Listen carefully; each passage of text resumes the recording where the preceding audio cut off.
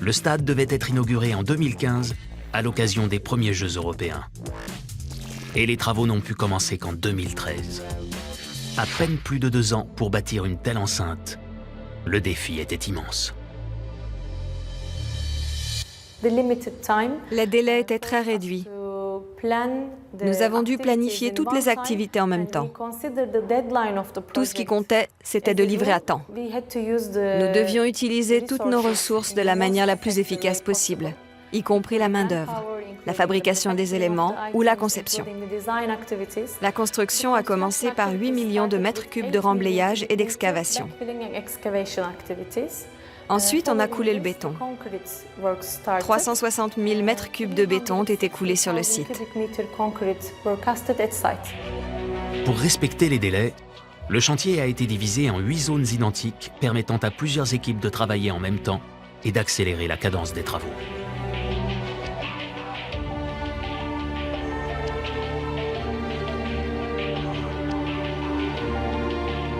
Les éléments composant la structure métallique étaient eux préfabriqués dans une usine en Turquie.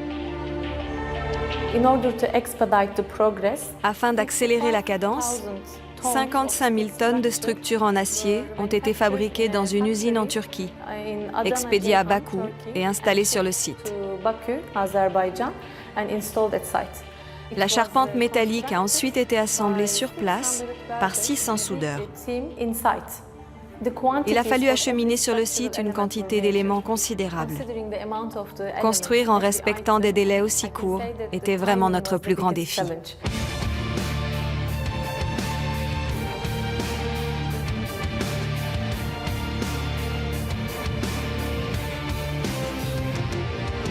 Autour de chaque zone du chantier, alors que les gradins en béton commençaient à prendre forme, les sous-parties métalliques étaient assemblées une à une, prêtes à être positionnées sur l'édifice. Les éléments verticaux d'abord, placés le long des 60 mégapiliers de béton. Puis les éléments de la charpente pour former le toit.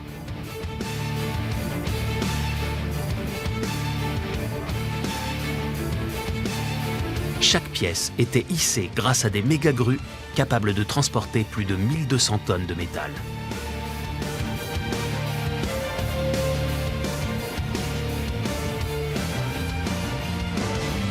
Chaque élément de la charpente était ensuite fixé au sommet des mégapiliers de béton, puis relié avec l'élément situé juste à côté.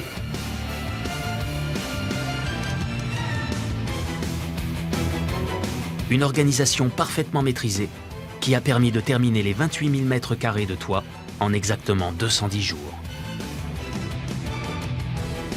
Les contours de l'enceinte et le toit ont ensuite été recouverts d'une enveloppe extérieure en ETFE, le même matériau que celui utilisé pour la coupole du toit de Saint-Pétersbourg qui laisse pénétrer la lumière à l'intérieur du stade.